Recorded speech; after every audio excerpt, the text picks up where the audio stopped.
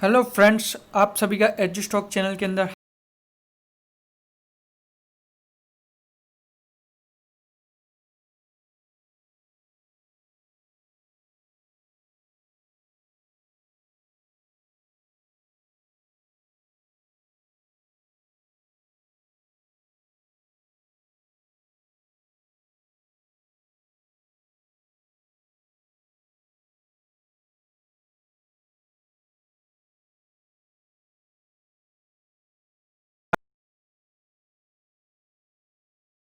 Subscribe कर दीजिए। तो दोस्तों, बात करते हैं इस न्यूज़ के बारे में, किस तरह की न्यूज़ है और इससे क्या इम्पैक्ट होने वाला है इंडियन कंपनी को। इंडियन गवर्नमेंट किस तरह से इसके प्लानिंग के साथ चल रही है, उसके बारे में हम पूरी इन डेप्थ डिटेल के साथ बात करेंगे। और साथ में आपको एक कुछ ऐसे स्टॉक भी बताऊंगा जिसके अंदर आपको एक बहुत ही बड़ी तेज़ी रैली देखने को मिल सकती है दोस्तों।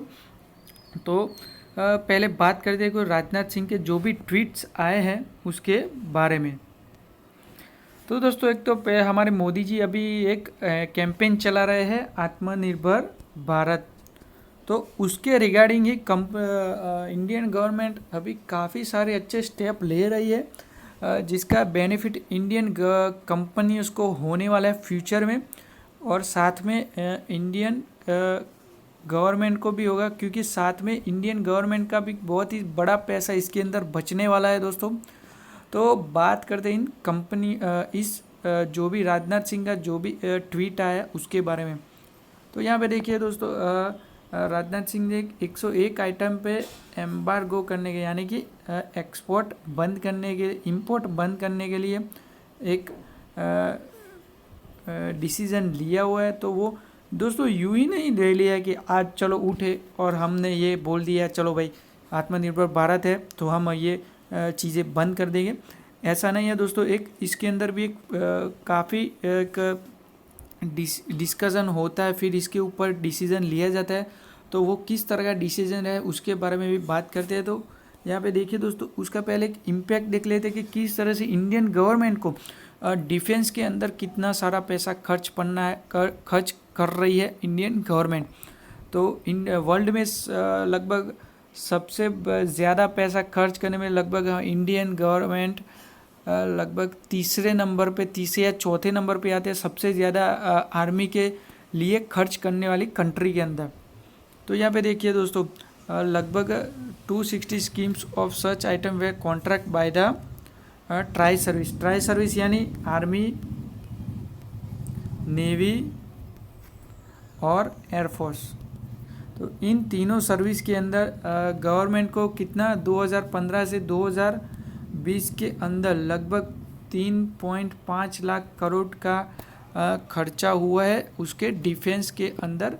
जो भी डिफेंस की जो भी ज़रूरत होती है हमें, मिलिट्री नेवी और एयरफोर्स को, तो इतना हमें बहुत ज़्यादा पैसा हमें एक इन्वेस्ट करना पड़ा है बाहर से, बाहर की कंपनियों को यहाँ पे देना पड़ रहा है हमें, क्योंकि इंडिया के पास इतनी अच्छी कंपनियाँ नहीं है, इतना अच्छा इंफ्रास्ट्रक्चर डेवलप नहीं है इस तरह की डिफेंस प्रोडक्ट्स बना सके। तो यहाँ पे इसके लिए यहाँ पे इन्होंने भी टाइम भी दिया है कि domestic industry will be next to 6 year. यहाँ पे बताया गया है कि it is the estimate that contract worth almost 4 lakh crore will be placed upon the domestic industry within next 6 to 7 years. तो यहाँ पे जो भी 5 सालों के अंदर 3.5 लाख करोड़ का खर्चा हो, तो उसमें से अगर इंडियन कंपनियां इसको जो भी डिफेंस की इंडस्ट्री को आगे ले जाएंगे। सॉरी दोस्तों, यहाँ पे मैं बात कर रहा हूँ कि जो भी इंडियन कंपनियों को आगे जाके यहाँ पे अगर अच्छी तरह से अपना इंफ्रास्ट्रक्चर डेवलप करती है, तो यहाँ से इंडियन कंपनी को लगभग 4 लाख करोड़ का एक बहुत ही बड़ा एक मार्केट मिल जाता है डिफेंस के अंदर। और यहाँ पे देखिए दोस्तों, of this item worth almost 1,30,000 crore each are anticipated for the army and their air force, while item worth almost 1,40,000 crore are anticipated by the navy over the same period. तो यहाँ पे बताया गया है कि नेवी और एयरफोर्स, सॉरी दोस्तों, आर्मी और एयरफोर्स दोनों के लगभग दोनों को मिला के लगभग 2,70,000 करोड़ का जो भी इंपोर्ट किया गया है डिफेंस के अंदर। तो बहुत ही बड़ी रकम है दोस्तों, क्योंकि 3-4 लाख करोड़ की जो भी रकम होती है वो अगर एक्सपोर्ट में ही चली जाती है, इंपोर्ट करने में ही चली जाती है कोई भी डिफेंस के आइटम, तो उतने में से तो हम बहुत ही बड़ी एक खासी बहुत ही ज़्यादा मात्रा में हम अपना जो भी डिफेंस की जो भी ज़रूरत है उसको पूरा कर सकते हैं। तो एक अच्छा इनिशिएटिव है दोस्तों यहाँ पे इंडियन गवर्नमेंट के द्वारा। तो यहाँ पे देखिए दोस्तों, उन्होंने बताया गया कि यूं ही नहीं, एक प्रॉपर वे के अंदर ये एक पूरी सिस्टम बना के इसको आगे ले जाया जाएगा। क्योंकि दोस्तों इतने कम मोदी जी ने बोल दिया कि आत्मनिर्भर होना है, राजनाथ सिंह आके बोल देते हैं कि हम इतनी प्रोडक्ट्स को इंपोर्ट बैन कर रहे हैं, तो दूसरे दिन ही इसकी इंडिया में प्रोडक्शन नहीं होने वाली है दोस्तों, समझने की बात है। लेकिन वो बता रहे हैं कि एक टाइम पीरियड के अंदर हम धीरे धीरे इन प्रोडक्टों को इंपोर्ट करना बंद करेंगे और वहाँ से इंडियन कंपनियों को इसके प्रोडक्शन के लिए एक इंडियन गवर्नमेंट एक इंफ्रास्ट्रक्चर प्रोवाइड करेगी, उनको एक अच्छी खासी पॉलिसी बना कर देगी। क्योंकि दोस्तों इंडियन गवर्नमेंट भी एक अच्छी खासी पॉलिसी के साथ ही इसके अंदर आएगी आगे जाके। तो देखते हैं कि देखिए दोस्तों, all necessary step would be taken to ensure that timeline for production of equipment as per the negative import list are met, which include coordinate mechanism on for hand holding for the industry by defence service. तो यही बोल रहे हैं, the embargo on import is plan to be progressively implanted between 2022-2024।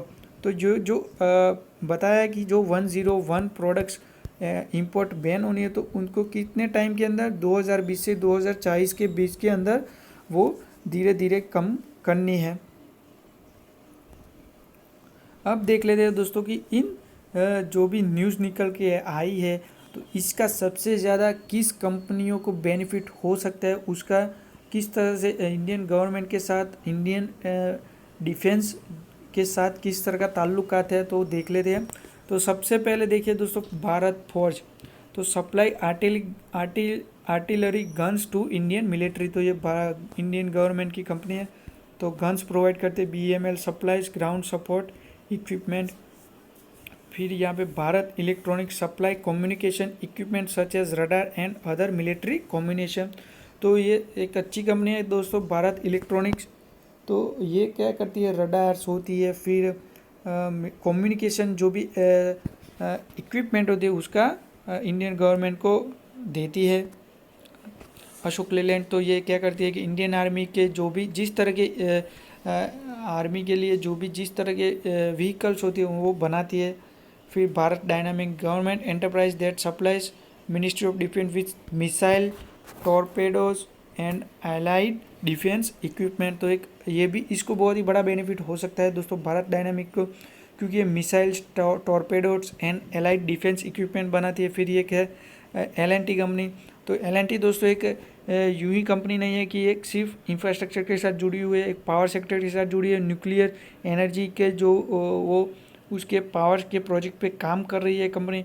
फिर infrastructure के साथ जुड़ी हुई है, ये डिफेंस के अंदर भी इसका बहुत ही अच्छा खासा कंपनी का नाम है। IT सेक्टर से भी जुड़ी है, तो वो एक डाइवर्सिफाइड कंपनी बन चुकी है दोस्तों अभी। तो ये देखिए दोस्तों, represent the ministry of defence a big guns. Literally, government calls upon L&T for service including a design, development, manufacturing and assembly of arms। तो यहाँ पे बहुत ही एक जैसे कि SLR होती है, सेल्फ लोडिंग मशीन, फिर इस तरह की जो भी बड़ी गन्स होती है उसका डिज़ाइन, मैन्युफैक्चरिंग और असेंबल करने के लिए गवर्नमेंट ने इनको एक कॉन्ट्रैक्ट दिया है। फिर आगे जाके आती है अनिल अंबानी की रिलायंस नेवल, तो उसका भी वो a warship repair agreement with the when the ministry of defence. तो ये वॉरशिप का रिपेयर का मतलब कि एक तरह का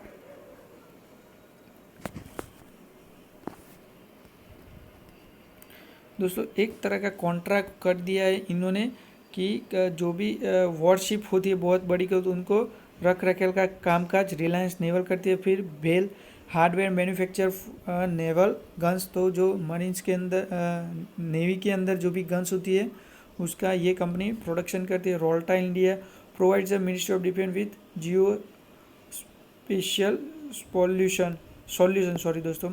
फिर वालचंद नगर इंडस्ट्री तो supplies the government with missile and platform based equipment, launchers, portable bridge and gear box, तो जो भी मिसाइल्स लॉन्च करने के लॉन्च पैड होते हैं। फिर पोर्टेबल ब्रिज जो भी इंडियन गवर्नमेंट को सॉरी दोस्तों इंडियन मिलिट्री को जो भी जैसे कि